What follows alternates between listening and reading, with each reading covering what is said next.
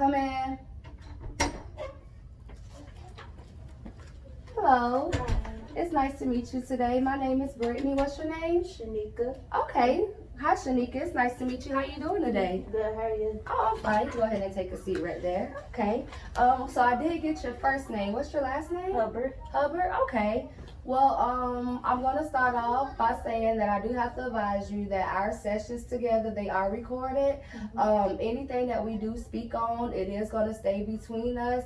The only way that I would have to report anything, let's say if we talk about a subject and you may tell me that you've been thinking about maybe causing harm to yourself or something like that. Now with something like that, that is my job to report it because we don't want you to risk hurting yourself. Are you okay with that? Yes. Okay, and then our sessions are recorded because we do want to, gather a little bit of information about you. This is a social history interview, so we're just going to gather some background information about you and your family. And while you're here today, just so we can look back at the video and we can take heed to everything that you are having problems with, so we can help you to the best of your abilities. Is that okay that we record? Yes, that's fine. Okay. Well, I do have this form right here that I'm just going to have you go ahead and sign. Just telling us that it is okay that we record your sessions and that we told you that no information is going to be, related to anybody unless it's you causing harm to yourself, or if you want me to share any of your information with the therapist, that's fine, but I will get your permission first. All right, so just go ahead and sign this form for me. Okay, thank you, Miss Shanika. So can I start off by asking you your age? How old are you? 31. 31. Okay, that's definitely a good age. And can you tell me a little bit about your family? Do you have any kids? Yes, I have one, and his name is Kamari. Okay, and how old is Kamari? 8. Okay, that's definitely good. I have a little girl myself, so at that age, it is a very interesting age to have them in your life. And is he doing okay in school? Is he having any problems in school or anything like that? Yeah, he's doing good. Okay, that's definitely good to hear, especially with the schoolwork, because I know now, with this coronavirus going around, and everybody's not able to go to school. I know they are offering virtual school, and is he doing okay with that? Okay, well that's definitely good to hear. So I want to start off, if you don't mind, just telling me a little bit about your family, like your siblings, your parents, and things like that. Yes, I have 2 sisters, and I have a niece, and Aisha, she's 6, and I have my other sister, she have 2 sons named Mason and Corday, and my parents, they had passed away, but I have my biological dad in my life now. Okay. I'm definitely sorry to hear that your parents have passed away. Is that why you're coming to me today? Yes. To receive help? Okay, yes. Definitely. I'm here to, I'm most definitely here to give you the utmost help as possible. It is a little difficult, especially with losing loved ones. I have lost some loved ones in my life, so I can definitely relate on how you may be feeling, or things that you and your son may be experiencing, or anything like that. With your family, do you get along with your other 2 sisters? Yes. Okay, and would you say that y'all have a tight bond? Yes. Okay, well that's definitely good, especially with you guys losing your parents. But I heard you did state that you have your biological dad still in your life, right? Okay, well, right, especially with losing, both your mom and your dad, but you still have your biological dad in your life. That's definitely a good thing, because you have support through all the emotions that you may be experiencing. So with your biological dad, was he already kind of involved in your life, or did he come along after you lost your parents? He was kind of involved in my life. Okay, well that's definitely good. And were your with your dad that passed away, and your biological dad and your mom, were y'all able to get along in that situation, work everything out regarding you? Yes. Okay, all right. So with your parents, when did your mom die? In October. October. Was it recently, or? It was 2016, October the 3rd, 2016. October the 3rd, 2016. Okay. And when did your dad pass away? January 22nd, 2017. Oh, so that was just 3 months apart from each other. Yes. Okay, so that's like a double, like you guys were hit with the double whammy right behind each other.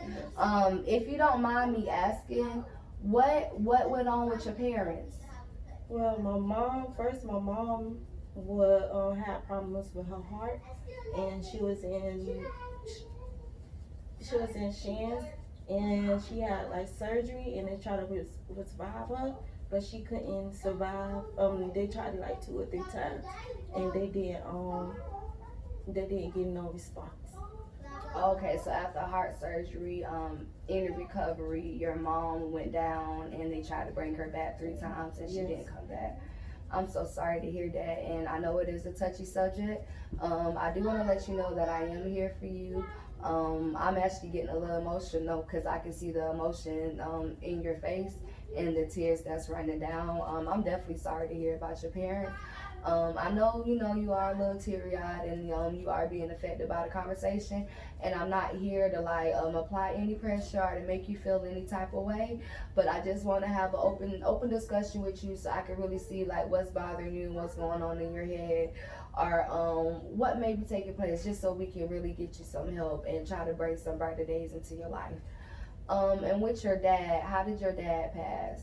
Like he was depressed, and he stopped going to the islands, and he just gave up. And whenever it was time for me to go work, I found him in the room, and he was cold. And I really didn't tell my sister that after he died. I really didn't tell my two sisters this, because after he died, I was like really depressed, and I didn't want to tell them like all because I didn't want to break them down. Okay, would you like some tissue? Let me go get you some tissue. Give me one moment.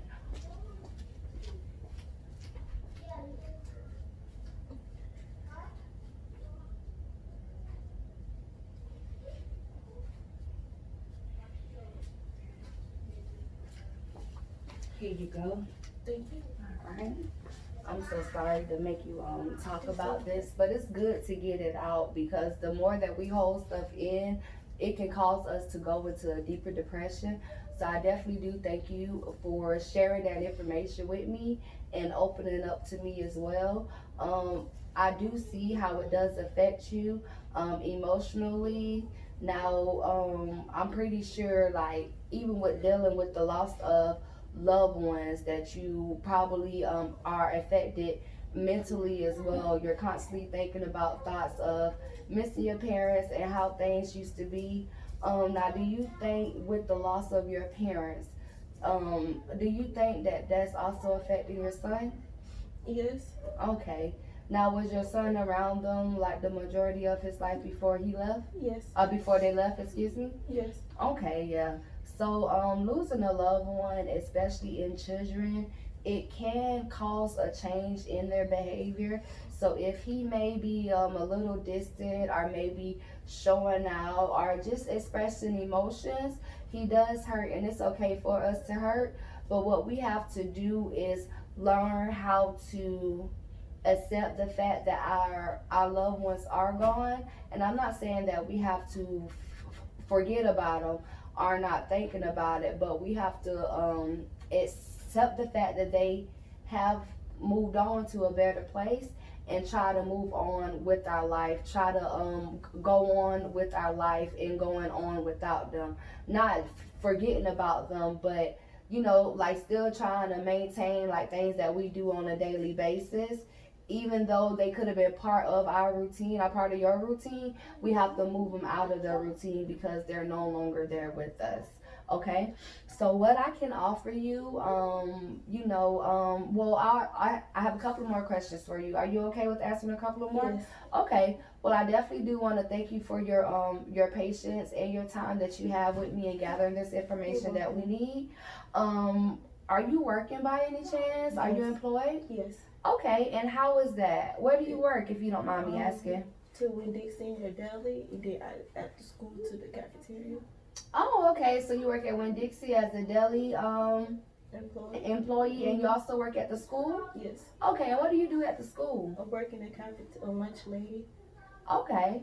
Oh, okay. So that has to be a nice little job with being around the kids. You like being around the kids at Yes. the school? Mm-hmm. Oh goodness, I don't know how I would do it. Goodness, that's definitely good. It's good to see that you're still positive, you're still going to work, you're still trying to make a way to take care of you and your son. That is very good. That shows me that you are a strong woman and that you are here to do whatever it takes for you and your son to have a better life. You're here today to talk to me because what you're going through in your life, it is affecting you to a point where well, can I ask you, do you feel as if like you can't go on no more, or life is just too hard now that they're not here with you? I'm okay. It just feel guilty. Like I could have like did something to save him, and like I asked him like whenever my son heard me screaming, I push him hard, and then I didn't mean to. I just didn't want him to see him like that. And, Right. and it's just hard. I just feel guilty. I could have done something, or called something, or You okay? You don't feel guilty about that because I could just imagine how even more traumatized your child may be with seeing your father in that bed dead. So I feel as if like you did the right thing because he is so young. He's already recognizing that they're no longer around and that he doesn't already have them in his life on a daily basis. He's so used to being around them every single day, and now that they're no longer here, you both are, your family, your nieces and your nephew, you all have to make a big change in your life and try to process things knowing that they're no longer here to help you or to talk to you whenever you need someone to talk to or things like that. But I do want to let you know that I am available 24 hours. I do also offer video chatting services as well. So if you're ever home or if you're ever depressed or anything like that and you just need someone to talk to, I am definitely here to support you. We could also work on like maybe like getting your family together, because with doing a time like this, especially with losing someone, your family's support is a big deal. Your family can get you through a lot, and with it just being you and your other two sisters, that's gonna form a strong bond, between you guys, because then you guys can help each other out, and even if you are feeling down, you may, could call them and talk to them. But talking about it instead of holding it in, that is a good start, because you'll start to feel a little weight lift off your shoulders. And then once you begin to talk about it and not just hold it all in, you won't cry as much, or like much emotions may not be expressed. And that's the point that I'm trying to get you to. With living at home, is the home arrangements for you and your son, how is that? Is that okay? yes, it's okay. Okay. Now I know you said that you do work. You work at Winn-Dixie, and then you work as a lunchroom, a cafeteria worker at the school as well. Now, are you able to afford any type of therapy sessions? No. Okay, and that's definitely understandable because being a single mother is hard. I'm a single mother myself, so I know that, the trials of being a single mother, we stumble a lot, or when there's no other help available, like we tend to beat ourselves up, but we have to understand that that's just everyday life. And you are a strong woman, so I know that you're going to do whatever it takes, where you and your son will always have a roof over your head, he will always have clothes on his back, and also have a meal in his stomach. What I can help you with is I can look into like some family therapy sessions, or either some single mother type of sections where they don't have a charge or anything like that, and we can start getting you involved into those groups, because then you'll be able to talk to people that is going through the same thing that you're going through. I may be feeling the same emotions that you are feeling at this current time. We can also get you some help. Let's say if you do need some help, like with Medicare or medical type of help, like with your son, I can also help you look into that. I can help you look into different programs and like support groups that we have available, just so we can make you more comfortable and also make you aware that you're not the only one out here in this world that's going through this, and you're not alone. That's the last thing that we want you to do, is to feel alone. And we also don't want you to feel as if we are against you, because we're willing to assist no matter what. Because with things that people deal with on a daily basis, some of the tests may be too much where you can't deal with it by yourself, and that is okay. We're not going to win every battle that we come up against, but to have that extra help or that extra pat on your back or motivation to let you know to keep going and to not give up, that will get you over a lot of those stumbles. Is there anything else that may be going on in your life, or anything else that you want to reflect with me today that may be affecting you currently? No. Okay. And were you open to the options that I had available? Yes. All right. What we're going to also do is I'm going to just give you like a little assessment as well. It's going to just have a couple of example questions and things like you strongly agree with and not agree with. And then if we could also continue with having some of family therapy sections as well, just so I can get to talk to your son and just have both of you guys here, so we could just, I can give you the floor to express, like, with your son, how it makes him feel and how does he how it does affect him without having his grandparents. And we could design a program, and we could put a plan that into effect that would help the both of you guys. If there aren't any other questions, I definitely do thank you for your time. I thank you for coming to see me today. I do look forward to the sessions that we may hold with each other, and I do want to let you know that you're not alone. And if I could just give you a hug, because you did express to me a lot of emotions, and I'm so sorry for your loss.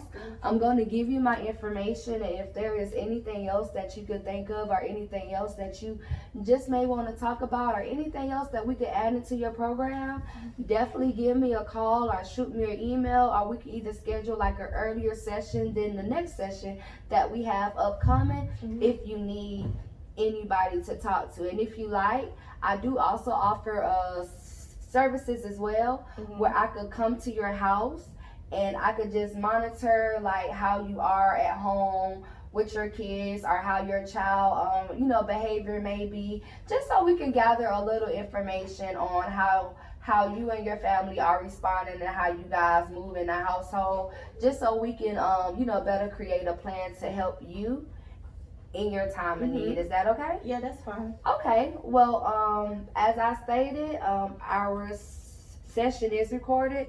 This is the end of our session. I definitely thank you for your time and your patience. Thank you. And I'm just going to give you this little folder.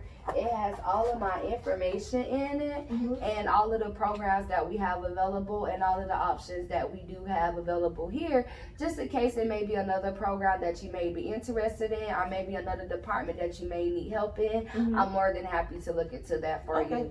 I definitely thank you for your time, and thank you so much for coming to visit me. All right, thank you. You're more than welcome. You have a good and blessed day.